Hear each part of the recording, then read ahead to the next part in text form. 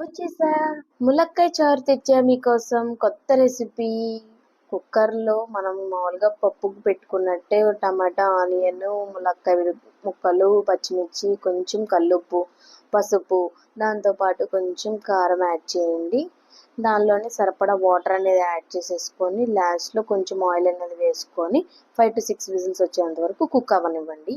చాలా బాగుండిద్ది. దీన్ని చికెన్లోకి కానీ అప్పడాల్లోకి కానీ వేసుకొని తింటే.